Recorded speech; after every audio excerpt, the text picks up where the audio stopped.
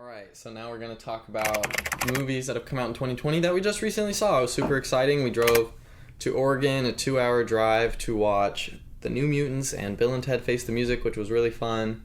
Do you think people should start going out to the movies again, or should Yes. they? Yeah. Yes. I feel like if I don't know, this conversation's too hard to have because I feel like no matter what you say, you're going to say something that people are going to feel like you're so wrong about that because everything's so conflicting. It is. I don't know. I just think that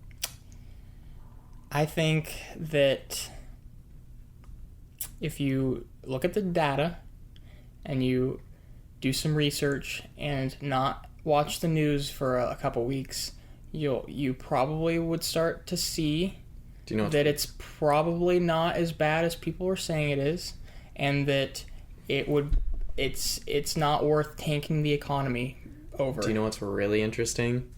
So, the government, I don't want to generalize and say the government, but Donald Trump wanted like the numbers. He wanted hospitals to send in their information and stuff, and suddenly numbers, they were like, oh, okay, our numbers aren't actually that big when they sent it in. So the percentage of people who actually die from coronavirus went from, they were saying 3% to 0.06%, because they were actually being fact checked.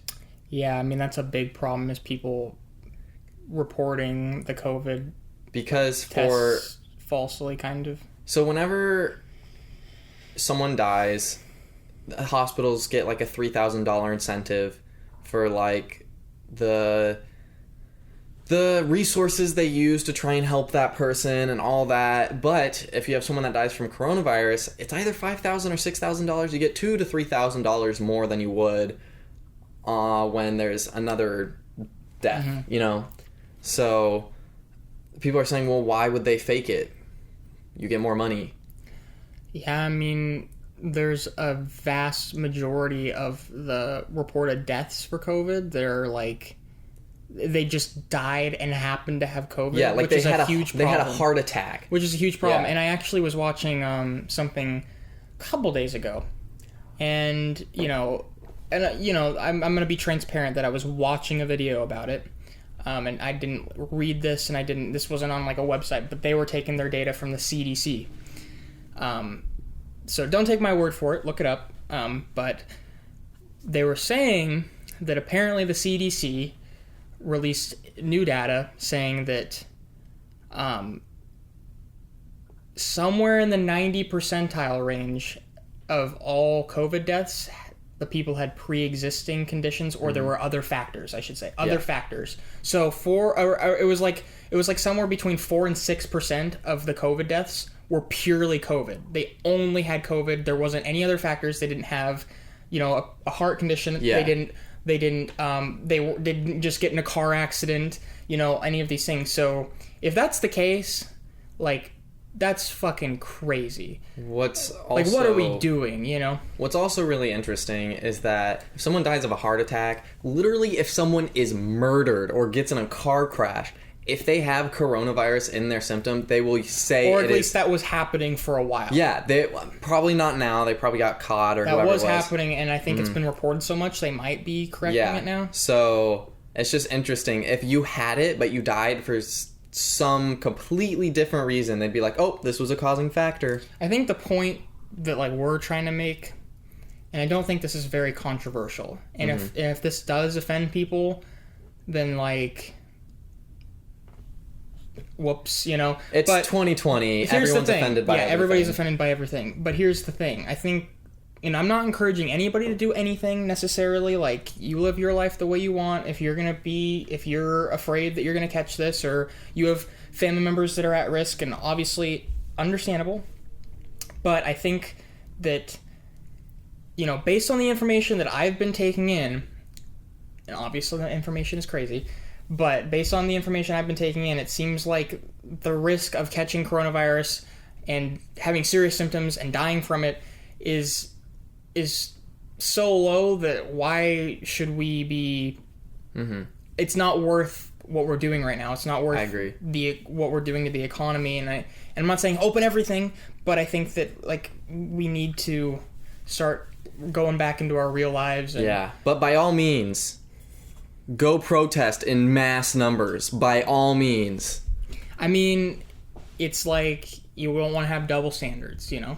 Mm-hmm. I think we should wear masks, and we should go kind of open stuff back up. Mm-hmm. I think that, you know, people shouldn't be terrified out of their fucking minds to go watch a movie with masks on. Yeah. And taking precautions and, you know, half capacity or something. Like, I do think it's okay. And obviously, if we start doing that, the numbers are going to go back up. But, I mean... It's just always going to go back up. We're just going to stay in this forever. Yeah, it's just like we can't... I mean, the fact of the matter is, what we're doing right now will not last, you know? Mm. This COVID thing will probably last. So we can't keep this up. You can say what you want about masks. It's like, if you don't think they work, you don't think they work. But it's just like, might as well, you know? I think it's like the same thing. What I don't get is, I don't... If I didn't have to wear it, I wouldn't. But every store, every place ever has the right to deny you service. Yeah. It is the exact same thing as no shoes, no shirt, no service. So if they say, hey, wear a mask in our store, I'll be like, all right, yeah, no problem. I'll wear it, because guess what? That is their store. Yeah. And they have the right to do that. So I don't care. Theaters also, you know. Theaters want me to wear a mask while I'm watching the movie, which I'm surprised some theaters aren't making you do. Then okay, you know, like I will go. I want to see Tenet bad enough that I will wear a mask the whole time. I just want to say that every time that we have gone to the movie theater, the employees there have been like so grateful and like thankful, and they've been like, they're so happy to see you. This is kind of coming from like an emotional standpoint too, and also, I mean, I do feel like there is some data to support what we're saying, and I don't, and people might think this is crazy, but you know, I everything sounds crazy now, you know, but I guess what I'm saying is, like, when we were at the theater watching these two movies that we're going to talk about, seeing how grateful they were for us to be there, and honestly, like, kind of desperate, and like, and almost fearful too, that like things are, they were going to have to close, you know, not going to go back to normal. It's pretty fucking sad, you know, and I don't know, and it's sad because it feels like not enough people are advocating for, like, I mean, right now businesses are getting fucked every which way, you know. Yeah. Nobody is really supporting these businesses, and they're gonna fail if we don't advocate for them and support them in some way. And I'm not saying everybody go out and do everything, but just like, I mean, I don't know, man. I don't really have a point. It's just like, if you want to go see Tenet or Bill and Ted or New Mutants, wear a mask and go see it, and you're probably going to be okay. You don't need to, like... I think the best, like, middle ground is we make everything optional. Like, if you want to go out and do stuff, you can, and you can wear a mask. If you want to stay home, you should be allowed to do that without repercussions. It's not like you have to come into work. If you should have the choice to want to go out and want to do things, or stay at home. Yeah, and a lot of people would stay at home, and a lot of people would go out. Yeah. And I think it would be fair, because, I mean, those who are scared of it will have the opportunity to still protect themselves. 4 months ago, I would have been like, yeah, I don't know, Micah. But now, what other option do we have? Yeah. You know, like, we can't do this for another 6 months, I don't think. So, like, yeah, I mean, we need to start thinking about that. I mean, it is the whole America thing. People have the right to be stupid, you know? Yeah. If you think going to the movies is stupid right now, fine, you can think that. But, like, some people, like, they have the right to do stupid things, right? Yeah. But, I mean, that's the thing, is, like, what if their stupid actions affect other people, you know? They go to the theater and have COVID, they give it to other people. But if they don't go, they still affect other people. Businesses close, people lose money, they become homeless. People are getting fucked, and then you say, well, what's more important, businesses or lives? Well, the economy tanks and we go into oppression, a lot of people die because of that. So it's like... It's like cause and effect all day. And it's like, oh my gosh, it's such a frustrating conversation, because...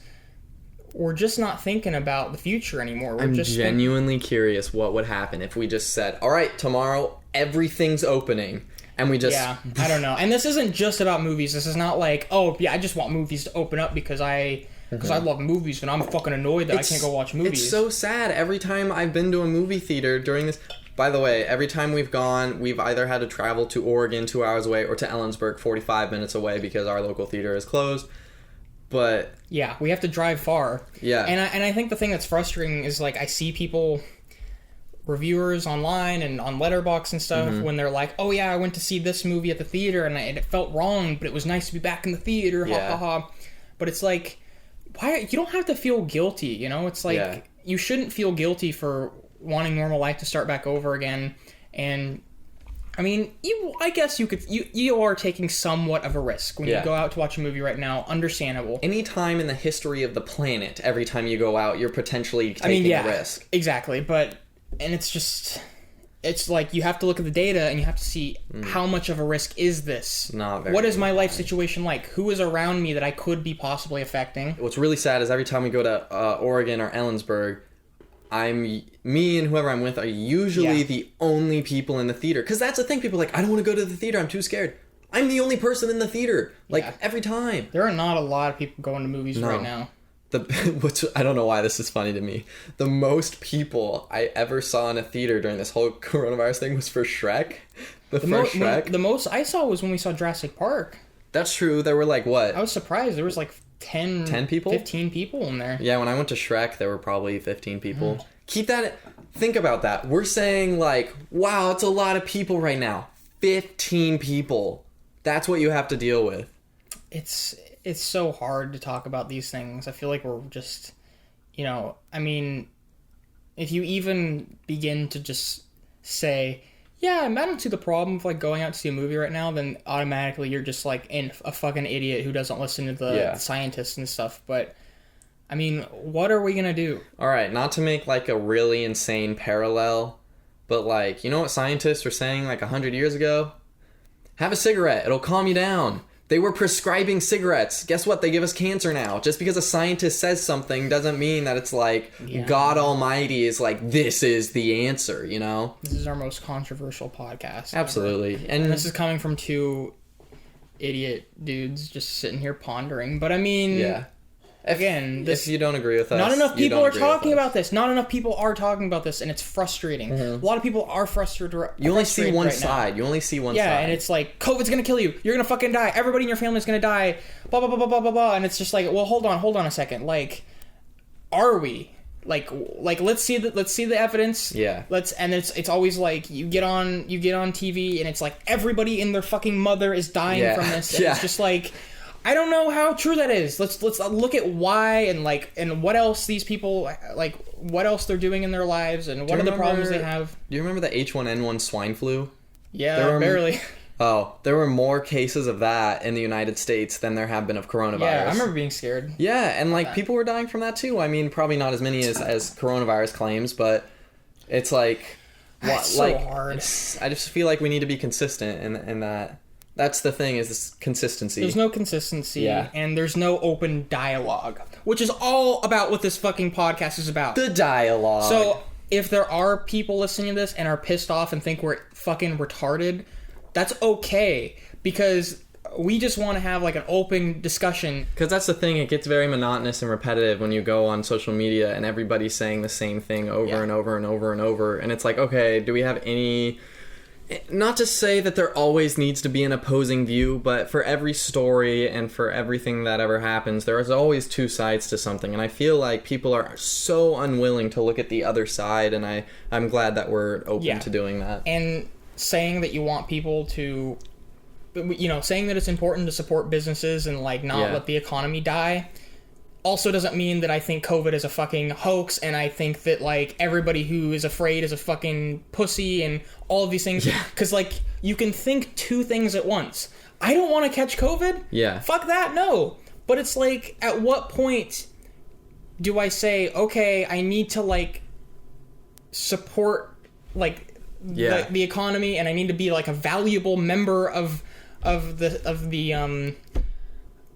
I don't want to say system, because then people will be society. Society, thank you. I just what at what point do we just people just start doing shit again and live, and I don't know. People need to become accustomed to hearing opposing views and being open-minded and okay with that, and challenging each other in a healthy manner. If you block someone, I'm going to say something kind of harsh here, but hear me out. If you block someone on social media because you disagree with their political opinions, grow up. Honestly. You absolutely have the right to not follow them.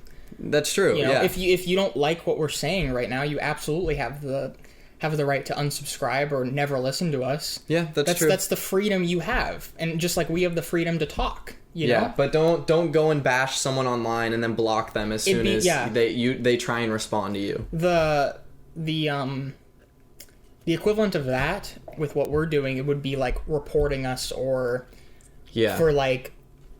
for hate speech or anything, you know, just that would be the equivalent here. Is like if you don't agree with what we're saying or you think that we're stupid, then just don't watch or give us some feedback in the comments or something and challenge what we have to say. Ask us a question and be like, what about this? Us. What about this? Ask us questions. I'd love to hear what you guys think about this. This could challenge you guys' opinion. Maybe you could talk about it on the next one. I mean, it's just like an open dialogue, and nobody's having it. That's the name of our podcast. That's why we called this the dialogue, because, I mean, yes, we talk about movies, but we just want to have open, free discussions, you know, and explore these, like, thoughts that we have, and because there aren't enough people doing it.